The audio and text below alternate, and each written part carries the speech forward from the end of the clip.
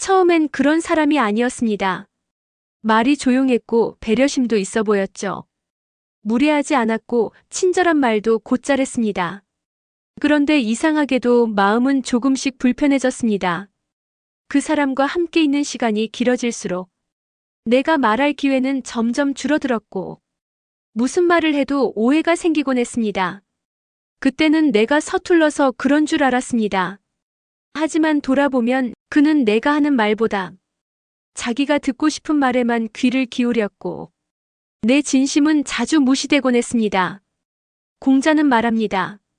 사람됨을 보고 사람을 사랑하라는 말씀처럼 그 사람의 마음의 결을 보지 못하면 관계는 언제든 악연이 될 수 있다고 전합니다.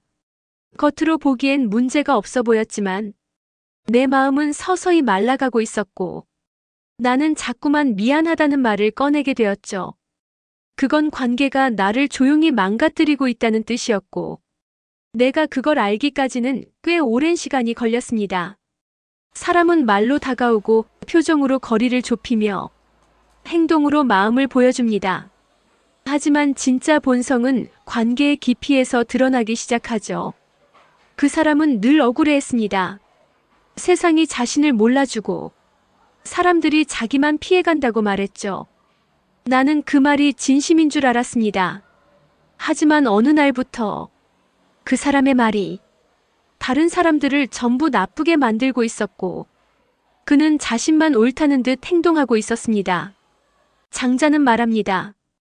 도를 어기는 자와 함께하면 매일 독을 마시는 것과 같다는 지혜를 남겼죠.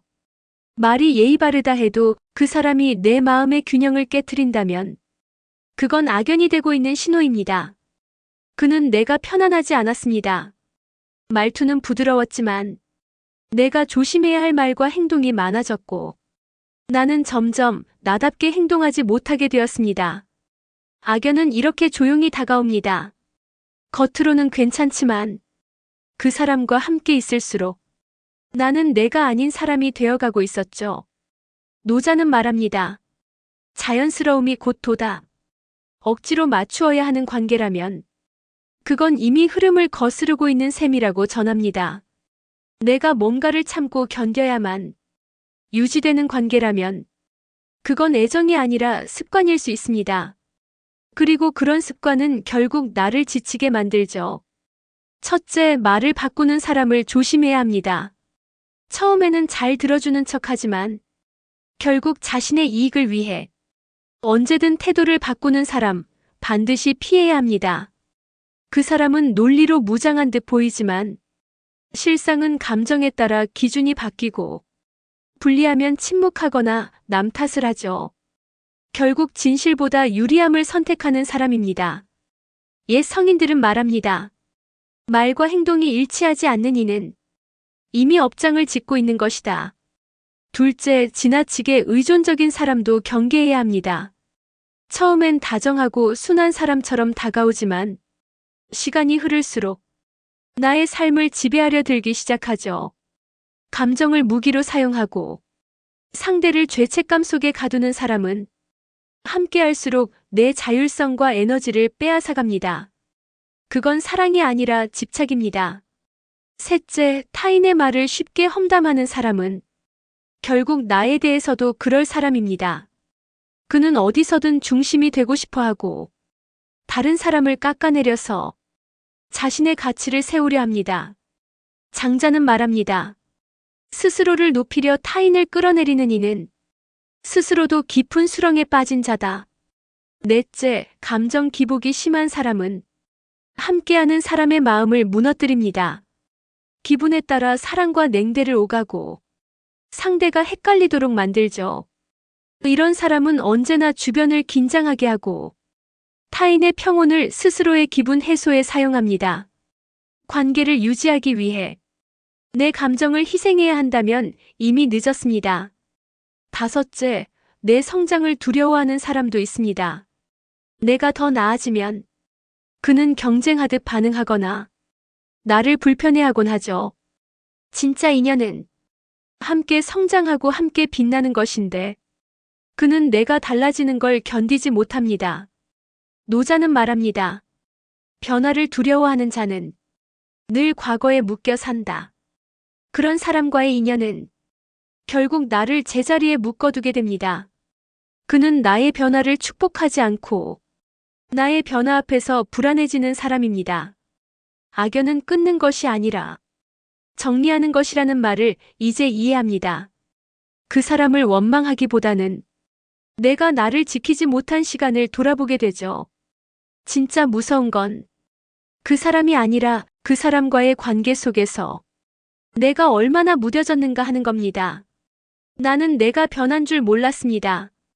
처음엔 웃던 내가 어느새 침묵을 택했고, 솔직하던 내가 어느 순간부터 눈치를 보기 시작했죠. 유교에서는 말합니다. 덕을 해치는 사람을 멀리하라. 그 사람이 어떤 사람인지는 내가 어떤 사람이 되어가는지를 보면 알 수 있습니다. 내가 그와 함께 할수록 더 좋아지는가, 더 초라해지는가. 그 판단 하나면 충분합니다. 불행은 어느 날 갑자기 찾아오는 게 아니라 관계라는 문틈으로 조용히 스며듭니다. 그리고 내가 느끼지 못하는 사이 삶의 색을 바꾸고 마음의 중심을 흔들어 놓죠. 좋은 인연은 내가 말을 아껴도 서로가 편안하고 말을 하지 않아도 마음이 느껴지는 존재입니다.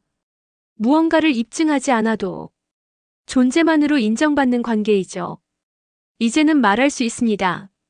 내가 어떤 관계를 받아들이는지가 내가 어떤 삶을 살게 되는지를 결정합니다. 사람은 때로 사람에게 무너지고 때로 사람 덕분에 다시 일어섭니다.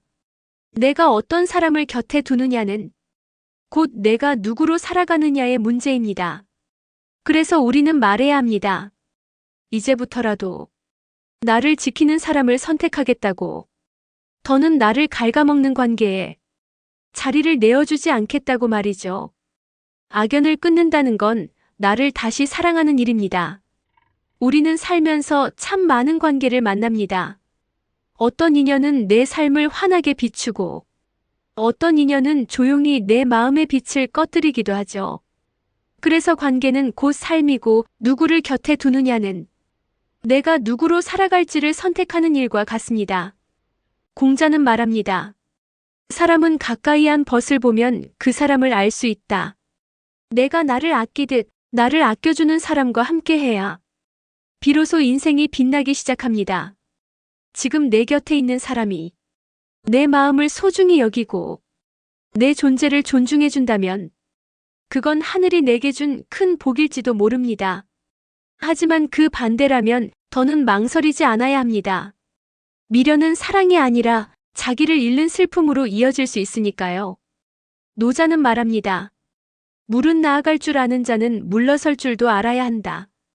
관계를 내려놓는다는 건 상대를 미워해서가 아니라 내 안의 평화를 지키기 위한 선택일 수 있습니다. 이제 우리에게 필요한 것은 사람을 원망하는 말이 아니라 나를 지키는 결단입니다. 더 이상 그 사람에게 마음을 허비하지 않고 더 이상 내 감정을 시험당하지 않으며 지금 이 순간부터 진짜 나를 아껴줄 수 있는 관계를 하나씩 다시 새롭게 시작하는 것. 그것이야말로 불행을 피하는 가장 지혜로운 방법이자 남은 삶을 아름답게 가꾸는 길일 것입니다. 끝으로 이런 말을 남기고 싶습니다. 당신은 누군가의 감정 쓰레기통이 아니며 누구의 눈치를 보며 살아야 할 이유도 없습니다. 당신은 지금 이 순간에도 사랑받을 가치가 충분한 사람입니다. 그러니 오늘 그 한 사람의 불편함에 머무르지 말고 당신을 아껴줄 사람들과 함께 웃고 숨 쉴 수 있는 공간으로 조용히 걸어 나가십시오. 그곳에서 비로소 당신은 진짜 나를 다시 만날 수 있을 테니까요.